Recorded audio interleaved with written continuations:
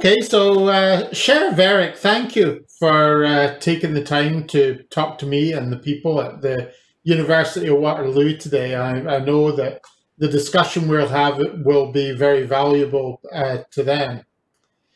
The first question I've got is, first of all, I thought I would ask you to introduce the organization that you work for to provide the students with some background on where you're coming from and what you're going to talk about. So could you tell them about the International Labour Organization?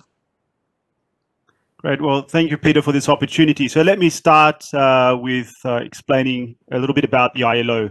So firstly, the International Labour Organization, or as ILO, as we call it, ILO, is a specialized agency of the United Nations. We specialize on the world of work, looking at all those issues that are covered by the world of work. We are unique in the sense that we work with not only governments around the world, but also employer and work organizations. And we are the only tripartite UN agency. I think it's also interesting to point out the ILO is actually older than the UN. We were established as part of the Treaty of Versailles after the First World War. And so in 1919, we were seen as a body to promote social justice and peace. So we have a long history and one that has looked at a number of key issues that is really starting back in 1990, but has evolved over time. And I would stress now today, our mandate is very large. We look at everything from child labor, eliminating child labor, of course, to the green economy, and this covers a number of key issues in the world of work. Fascinating place to work, and to have the responsibility to look across the world and understand what's happening at work is a fascinating thing, a job I would love to be able to do. So you're head of the employment strategies for youth and inclusive transformation, as I understand it. So can you tell me what that involves? What do you do? Yeah, thanks. And yeah, it's a long title, but let me try to summarize what our key tasks and responsibilities are. So my team and we are responsible for supporting countries, so governments, particularly ministries of labor, but other ministries within government, also the representatives of employers and workers and others in the labor market to, one, assess the situation that is in the world of work, in the labor market in that country. But in particular then, based on the assessments we're doing in countries, is the real key focus is supporting the formulation and implementation of employment policies, as we call it, which are public policies that have employment as a key objective. And these have been developed over many decades, the approach that we take, and really been very critical in the work we do in countries when we are supporting them in addressing the range of employment and labor market challenges they have.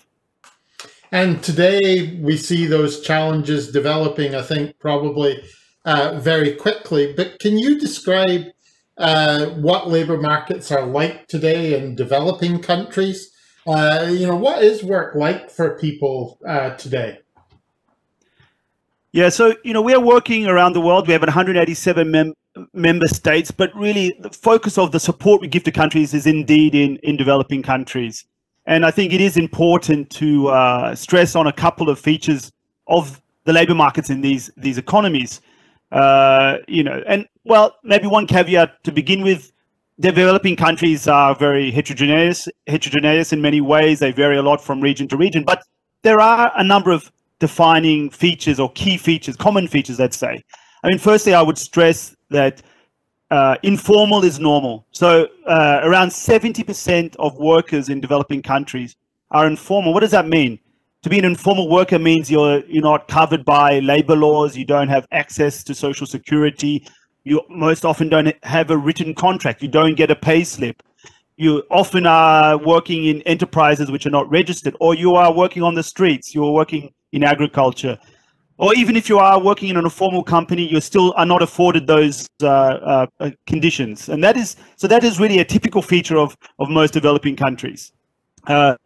Second, as I mentioned, self-employment is very much linked to this informality. So, in in advanced economies, the vast majority, 80–90% of people are wage and salaried workers like ourselves. We get a wage, regularly from an employer, etc. So most of these informal workers in developing countries are self-employed. They don't have an employer. They may be running their own little business. So we can, think of somebody running a workshop or a street vendor, somebody in the street selling something, or in agriculture. So that's another key feature. Most of them do not have this employment relationship we sort of take for granted in advanced economies. And related to that, a third part of the same part of the puzzle really is this aspect of agriculture. So in these countries, a large proportion are still working in agriculture. So around 50%, let's say, in these developing countries. I was working in India before, and it's only in the last couple of years that the share of workers in agriculture came under 50%. So the bulk of workers are informal, self-employed, and working in agriculture. So I would stress that these are three indicators of what the labor market's like in a developing country. And then as a result, I would say, I would stress rather that the unemployment rate then is not a very good or comprehensive indicator of what's going on in these countries, because most people cannot afford to be unemployed. It's only, the better off young educated people in these countries tend to be unemployed. So, when we do our assessments and looking at the labor markets of developing economies, it's really important to look at the nature of employment, the types of employment, which gives a much better sense of the challenges that are there in these countries. So work is not a formal relationship with an employer with all sorts of rules and commitments and things like that. More, it's you're almost describing something that's a matter of survival, and people adapt to in the ways they need to in order to survive. Yeah, so you can talk about it in terms of livelihoods. So it's of course. If you're looking at developing countries at different levels, so there are some, people engaged in economic activities beyond survival. So, I think it's a mixture, and particularly if you look in the middle-income countries, a lot of the work may look like it's more formal, but when you actually look at the employment relationship or the lack of it or the nature of it, then it's still very much informal. So there's really and it's worth stressing there's a real gradient in terms of the nature of that relationship. You can have really survival type of livelihoods in agriculture on the streets, but then up to people running businesses, they just may be informal, or people working for others and they may be informal. But that informality remains, and that's a real challenge, right? So even if you go up that gradient, the informality is still present, and that's, I think, something that we stress very much at the ILO. Okay, thank you. And you've been looking at how work has been changing in recent years in developing countries. That's been an area of your study, and it seems like the economic growth has been happening there, but at the same time, that has not necessarily had benefits in terms of work. So how have these labor markets been changing before COVID-19? What did you see as the main trends there? Yeah, and this is very much linked to some of the issues we've already covered. So, yes, economic growth is, of course, an important, a critical part of the development path, right? Countries need to grow fast in order to tackle poverty, to reduce poverty and prosper. But what we have seen, and in our work and also in the policy support we give in countries, is that even in countries that have grown fast over recent years and decades, the employment challenges are much more stubborn.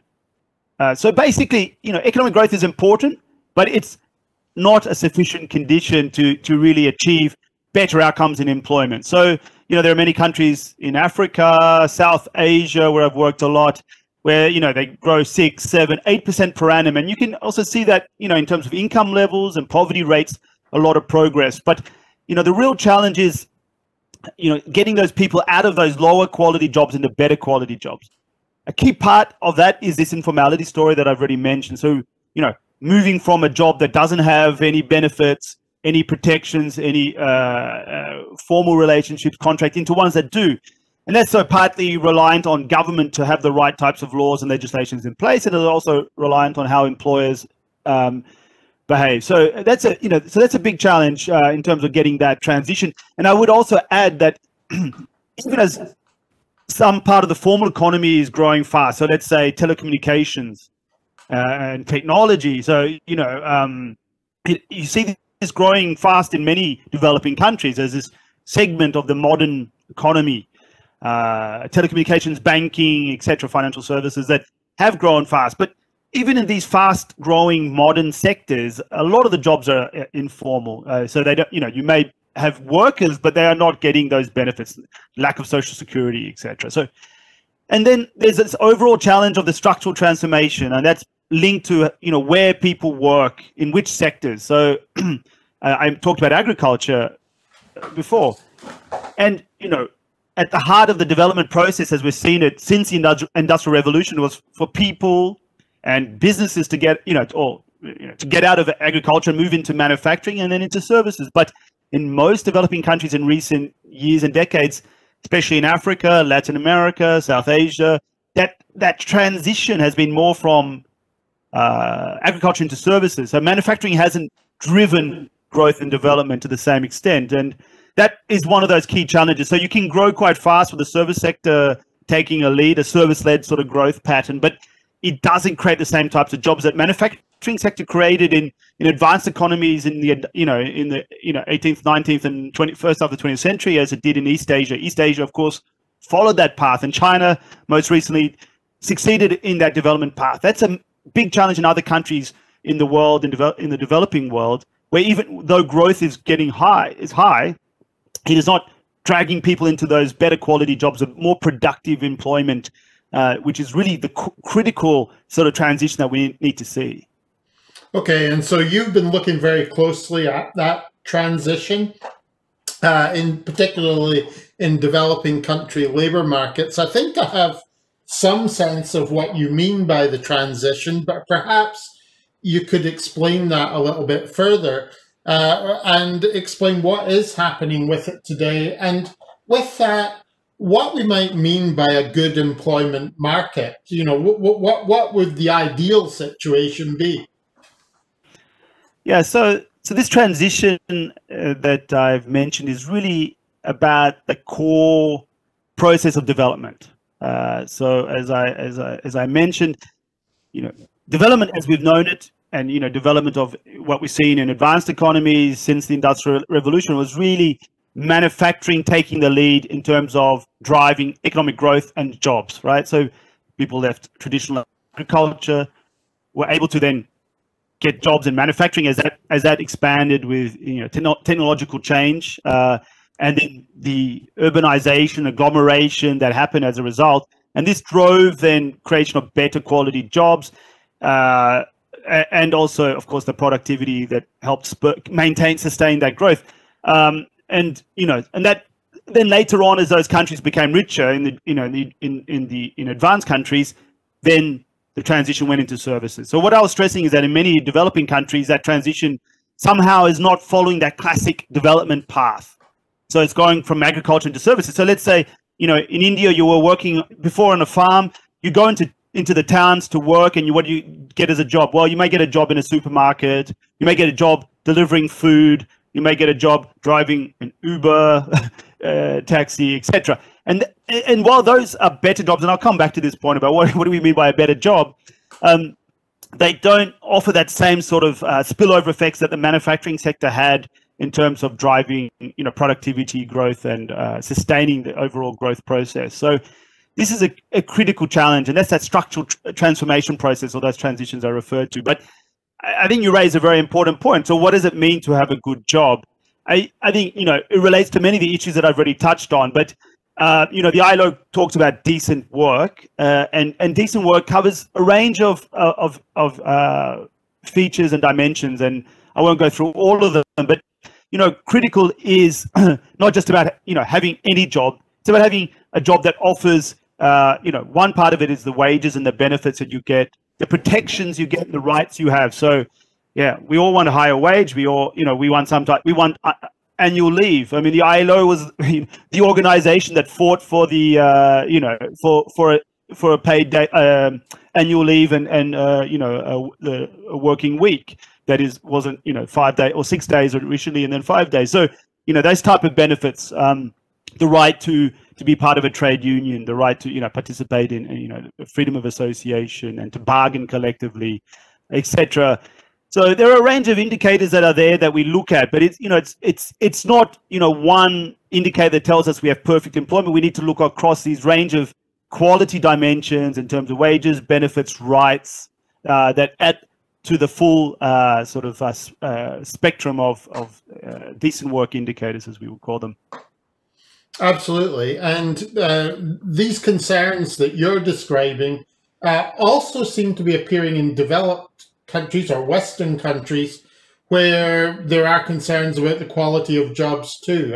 I spoke to someone recently about that, and you know, it's certainly seen as a very serious issue in terms of some of the events that we're seeing in the world as we're speaking. So a very important area. That's right. Yeah, go ahead. Okay. No, I would just, yeah, absolutely just stress that, you know, this is something we can't take for granted in developed advanced economies anymore. And particularly if you're a young person looking at entering the labor market, you know, many of those aspects I've talked about are also missing in terms of the types of jobs you can get, the security that you get in those jobs, the benefits you get or not, you know. So I think absolutely these are challenges for the advanced world, and they have really grown in advanced economies in recent years as well. Yeah, I was talking recently to an advisor to the Canadian government, and he was expressing the same concern. Saw it as a central political issue in the Canadian context. So it's a global, it appears to be a global issue. Okay, so I thought also that it would be helpful for you to talk a bit about the gender issues in employment in developing countries today. You know, what are those, and what can be done about them? Yeah, that's right. And I, you know, given that we were talking about the challenges in advanced economies, I would also start out by, you know, underscoring that there are gender gaps and disparities in all labor markets. It's something, you know, that has improved in countries over time. But, you know, for example, a gender wage gap, we see, you know, typically around 20% gender wage gap, you know, women earning on average less than men by, you know, around 20%. And it's something we see in advanced economies as well. Of course, there are some countries that are doing better than others on that. But in developing countries, there are some, you know, some major challenges. One indicator of that is the female labor force participation rate. And that's the proportion of the female working age population, typically 15 plus or 15 to 64, who are in the labor force. And, you know, in many countries, there's a big gender gap in this participation rate. As I already mentioned, I worked in South Asia, and there it's very pronounced. You see, you know, gender gaps of 50 percentage points. So, you know, the percentage of the female working age population in many of those countries is under 30%, while for men it's, you know, around 70, 80%. It's similarly very low in the Middle East and North Africa. There's a, you know, very strong similarity there between those regions. And so even in those countries, it is a major challenge for women to even, you know, to work outside the home, full stop. I mean, there are barriers, there are social norms, there are issues around, you know, their education and skilling, and really also the job, where the jobs are being created. There's often an urban bias, and if you're in a rural area, it's very difficult for you to work outside the home. So, you know, this is one indicator of it.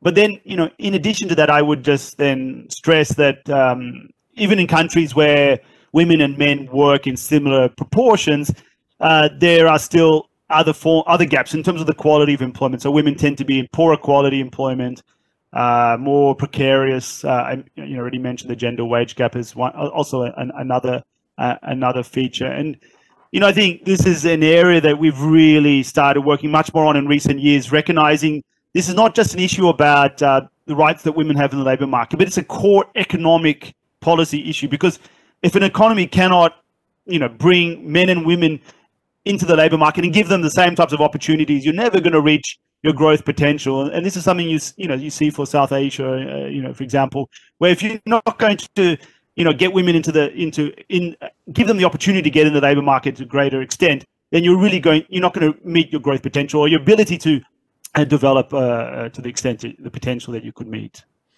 Yeah, and what you're saying is that if only half the population, men, are the workforce, then half of your people are not working, and that contributes to economic growth. Right, exactly. Okay. So I thought I'd also ask you to talk about young people, and the populations of developing countries are much younger than those in the West. So what are the implications of that, and what are the issues with young people in developing countries? Yes, that's right. So, yeah, developing countries are characterized by youthful populations. Just looking at the latest figures, the median age in developing countries is around 19 years. In the low income, in the low income countries, 19 years is the median age. In high income, it's 41. So, you typically see, vast majority of people are under the age of 25.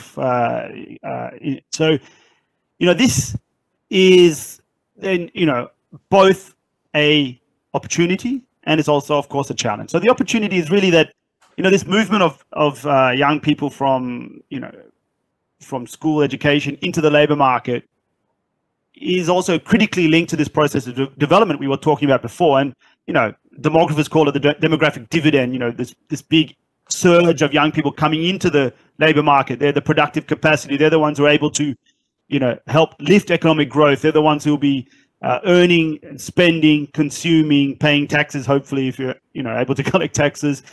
And that drives that shift.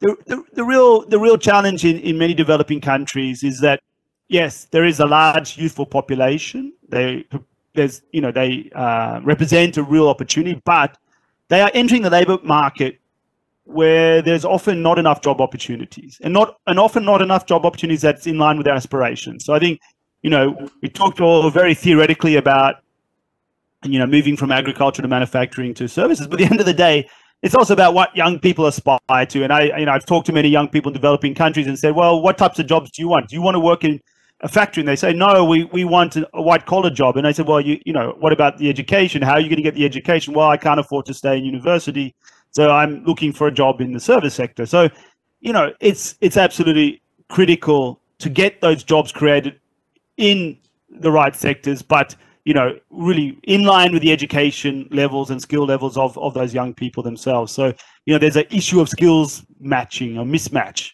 between young people and what's available in the economy, and really also their aspirations. So that's really critical aspect of what's going on in developing countries, and absolutely critical that they're able to harness this transition, this demographic transition. So you're saying there need to be jobs that young people want to do, and at the same time they have to have education and other means that prepare them and make them suitable for those jobs. Those three things really have to be together. Absolutely, and often you find that this is not aligned and you have a mismatch in some way, either because there are not enough jobs being created or not enough educational skills or the right type of skills that are being imparted. And yeah, this is absolutely critical. And this is a really important role for policy, is trying to get this mix right. And presumably where that mix is not right, you have the potential for discontent amongst those young people. Yeah, so discontent, and of course, is a big driver of migration, illegal migration. People desperate to find any opportunity they can elsewhere. Okay, thank you. So COVID-19 in developing country labor markets today, how is it impacting work? Yeah, so that's the really big issue we're working on these days, as you can imagine.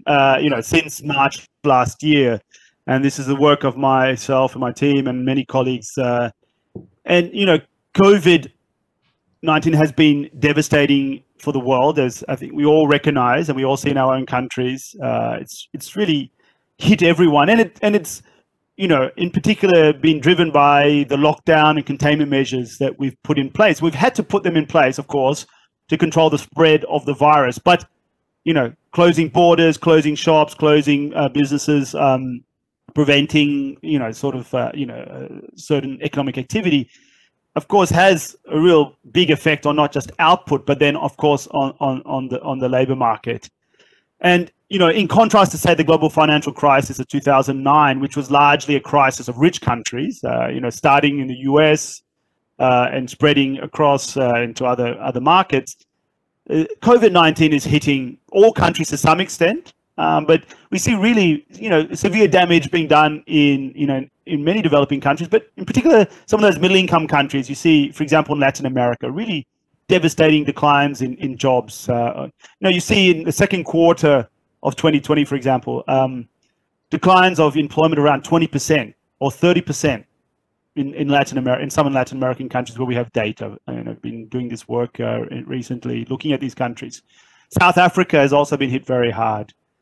India, also some of the further Eastern European countries, and these are really devastating because they are vulnerable because of some of the issues we've been talking about. Most workers are informal, so they're not being covered by social protection schemes, subsidies. Though countries have been making efforts to try to reach some of those through different measures. It's also, we talked about youth. I mean, young people are the ones who are being hit hardest in COVID. And we see this in every crisis, right? Young people are at risk because they have they're the ones who are entering the labor force. They have less experience. They're going to be the ones first to go when there are cuts. There are many reasons why we know young people are more vulnerable during any crisis. But in this one, we're seeing really hard hits to young people, also because of the sectors they work in. When they are working in service sectors, which have really been badly damaged by these lockdown and containment measures, all the retail shops, restaurants, bars, all these things that have been closed down have hit young people hard. It's also hit women very hard. We see in the data and the analysis we've been doing at the ILO, globally, regionally, and at the country level, very strong gender effects as well. So women have been more affected in this crisis. And this, so these are some of the elements. It's been very deep crisis, but it's been uneven in the sense that certain countries and groups have been hit even harder, and we also see that unevenness in terms of those sectors as well. Thank you.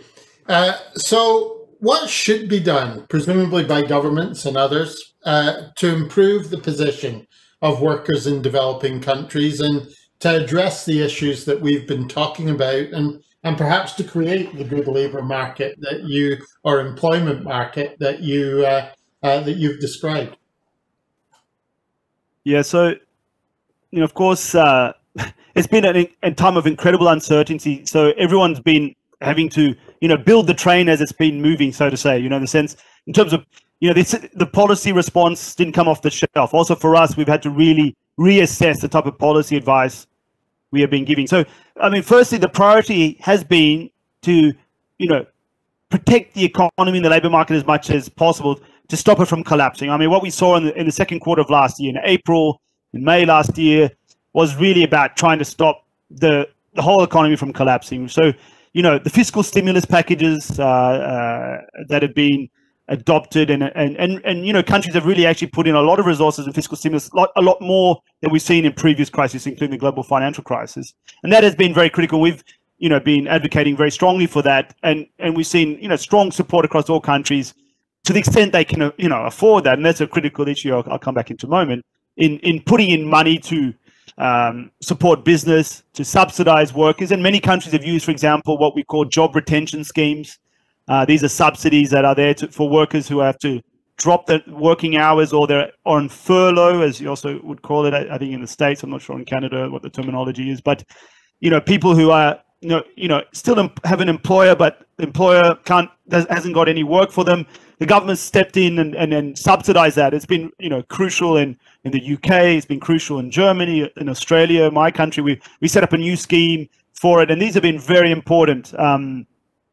But so a lot of that initial reaction was really quite very massive amounts of fiscal stimulus and all the types of support. In developing countries, the support wasn't as much, but it went in the same direction. Now, the real challenge, and this is something we are working on very much now, is okay. So you stop, you try to help the country stop from collapsing. There's still been a lot of damage, but where do we go from now? So it's really about moving towards the recovery, and in line with what we discussed before, what we are working with in developing countries is how do you move from, being in crisis towards a job-rich and inclusive recovery? So, what is critical, and we're still not into that phase. It's still a mixture depending on the country you're looking at. So I wouldn't want to say we're really off onto a very clear recovery path. But countries are trying to move. That they've weakened their lockdown measures or changed those total containment measures they've had in place, and now the focus has to be, well, how do we address that huge jobs deficit that was created by the crisis? Yes, some jobs have come back. Okay, great. So some people have gone back to previous jobs, but what about the rest? And there, we have to focus on investment. So how do you increase investment again? Who's going to finance that investment? And in developing countries, that's a big challenge. So development and finance, support of big international financial institutions, of course, like the World Bank, IMF. I mean, the ILO, we are not a financing institution, we're a technical institution. So we provide technical advice on that, but we support, countries in trying to identify those financing needs. But that will be a really critical priority, how to finance that investment, including public investment, to reactivate the economy, but also really to reactivate job creation. And then, linked to that, and it's also linked to the story we talked about already in terms of structural transformation changes. So where do we want people to go? I mean, there are people who lost jobs. There are people who don't have sufficient working hours now. Where should they go in the post-COVID labor market?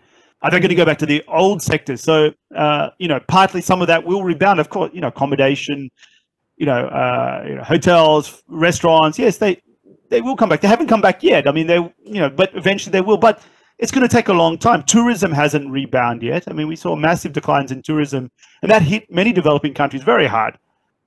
When will we see that? So we have to balance that, some of those previous sectors which were big employers, with then looking at new sectors. And this is where it becomes both important but also very challenging. So new sectors, we want to now, as let's say, for countries to see what the new sectors are in terms of getting people into jobs. So there's a big push on the green economy, and the green economy is something that's being talked about not only in developing countries but around the world. How do we get people working into the green economy? So the question is, how do you get the right investment, the right incentives to encourage jobs there? We're all talking about digital these days. So yes, that's been explosion that's been happening through the crisis, but everyone can benefit from that. So there's a big issue of access to technology, infrastructure, training. We talked about skills. If you want to be part of the digital economy, you're going to need to be able to do all of those. You need to be able to access the internet. You need to be able to use the internet. You need to have some skills that are going to be in demand in those jobs. So, so you're going to need to get the investment story right. So, like going back to the mismatch story we talked about before, you're also going to need to get the skilling right as well. So, you got this financing part, you got how does that get moved into investment? How do we get jobs? How do we get them people into the sectors we see? And none of this is a one-off job. It's not a one-shot job. And often countries want to know, so which sectors should we focus on? It's not, no one has one, the crystal ball, particularly at this point in time. There's still a period of great uncertainty. But what we need to do is then looking at those different dimensions, the financial aspects, the investment aspects, the skilling aspects, we need to keep on monitoring the labor market. And, we started with talking about data, etc. This is really critical to keep on monitoring the labor market to see where those changes are. Are people moving to certain sectors? Which ones are doing well? Which ones are still struggling? How do we adjust our employment policies as a result? And that's, really an important part of the process that needs to continue for a long time. Absolutely. So you've described a lot of elements. One summary I might give to those would be to say you're considering what it will take to build back better. So understanding the way things were before, understanding the impact that COVID-19 has had and the areas that it's impacted in the economy, and then understanding what it will take to actually build back in a way that addresses the things that have happened as a result of COVID-19 and also addresses those weaknesses, particularly with women and young people, but also elsewhere in the employment market before. And then you seem to be saying that in order to do that effectively, we need to have effective monitoring of the impact of the measures that we're taking, and be able to effectively manage the implementation. So that seems to me to put together what you said. Yeah, no, it's an excellent summary, actually, and I think it's good that you bring in this this term that we've been also the Secretary General of the UN has been using, "Build Back Better," and I think also the Director General of the ILO, Guy Ryder, has been pushing this line as well, and in line with what we see in terms of the future of work, and this is something that was really occupying us last year in 2019, before COVID. Sorry, the year before now, before COVID-19 hit. And that remains actually as relevant. In fact, some parties have accelerated. So it's really building back better in light of the crisis, but also those longer-term trends towards that better future of work, right? So yeah, this is a very good summary, spot on. Oh, thank you. I'm glad. And so, I mean, that I think is a very positive, I guess, understanding of it, in the sense that we do have some sense of what to do to fix things and to make them better. But what happens if we don't address these issues? Yeah, and it's also not an easy task to, we say build back better, but it involves the challenges we've been talking about, and especially for developing countries, the financial aspects I've mentioned. Many countries don't have the fiscal space. They don't have the type of revenue they can put in. They don't have the ability to raise money, or use the type of approaches that have been done in terms of quantitative easing that are in advanced economies to get those resources to support the economy. That's through the monetary authorities, and both monetary and fiscal part. And so the real challenge is, how do you sustain that, and how do you actually get into that higher state that we all want is critical. And if we don't, the real risk is we're going to see a rise in inequality. We're already seeing rising inequalities before the crisis, and there are two parts of that. One is between country inequality. So, advanced economies have been hit hard, but they've got the fiscal resources. They've got there's monetary policy supportive of that. Yes, it's deep, and certain groups have been hit harder, etc. But the path will be there. The real challenges for those developing countries. So, contrary to that whole convergence process we saw in recent decades, where developing countries were catching up, and of course China led that process and China drove it. India was also really catching up, but that looks like it's under threat, right? I mean, what's going to happen to the middle-income countries? Are they going to become high-income countries now? Are they going to really get stuck where they are? There's big questions around this between country inequality, but then also in developing countries, within country inequality, greater challenges in terms of the labor market, informality, etc. So, the consequences are really, quite fundamental to the way the world is working, the world economy, the way, the world that we want to live in terms of both, not just what we see in rich countries, but poorer countries, and really for some of those hardest hit groups and sectors. So, and going back to, youth, I think, that's the one that is perhaps the one that concerns everyone, because it's a well-established feature of crises, is that when young people enter the labor market during a recession, they have a much harder time, not just getting immediately into a job, but they harder time throughout their career. There's what they call a scarring effect. So you see negative repercussions of that entry into a recession, entry the labor market during a recession years later, even 10 years later. So countries have to do everything they can to really support that generation in particular, to make sure that young people have a chance, not just now, but in the coming years, to be part of that building back better, not just be ones who are on the sidelines watching that or not benefiting from it. So you seem to be saying there that rather, if we don't build back better, the possibility is that if we do nothing or do the wrong things, that things will be worse, that we won't go back to the way it was before COVID-19. That almost is really not possible. If we don't do anything, things are going to be worse. We really need to do something if things are going to be, at least as good as they were before, and hopefully a lot better. Absolutely. So there's, trying to regain the ground lost, and then also, improving on that.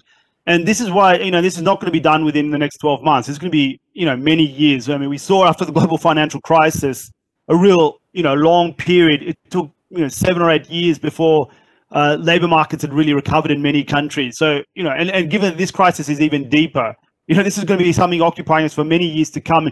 And so, and that's, of course, difficult given the fiscal constraints I've talked about and other capacity constraints that exist in developing countries. But it's going to be a multi-year endeavor, and really to keep those objectives absolutely clear and do everything that's possible is going to be, a real priority also for the work we're doing at the ILO in coming years. Thank you. I just have one last question. I appreciate, everything you've had to say so far, but I usually conclude my interviews with a question about the advice that you might have for the people who are watching. Most of the people who watch this will be at the beginning of their careers. You particularly specialize on the world of work, so you may have some interesting things to say to them there. But what advice would you like to give them as they start on their careers? Yeah, so, of course, I work on these issues in the world of work, and we look at what happens to young people, careers, etc.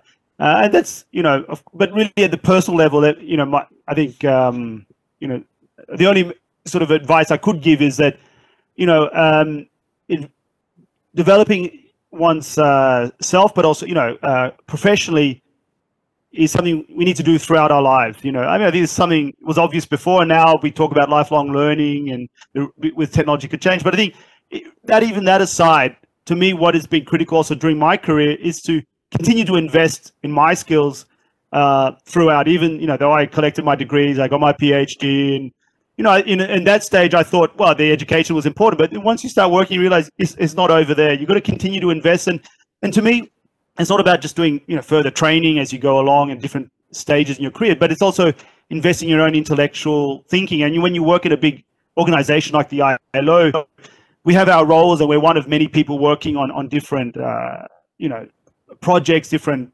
programs. But you have to still invest in yourself. So you need to write, you need to read, you need to think also independently. So independent thought, research, to me, is absolutely critical to maintain, okay, to keep the brain working, but also to, then get those maintain those types of skills, which to me have been very important also to make progression in career. You're not just ticking the boxes in terms of a big organization, but you also then have something more to add in terms of your views and opinions, which is based on the work you've done and the thinking you've done on those in different contexts. Thank you. And thank you for the interview, Sher. I was very excited to talk to you, particularly because I think the work of the ILO at the moment is more important than I won't say it's ever been. There are too many uses of terms like that in the world today. But I think it is very important today that what's happening to people's work is I think extremely important in the world. And so, thank you for doing it, and thank you for sharing your knowledge about it with the students today. Well, thank you, Peter. It's been a real pleasure discussing these, absolutely pertinent topics in general, but as you said, really today with the COVID-19 crisis, these are things that we really need to work on together and across the world. So thank you for the opportunity.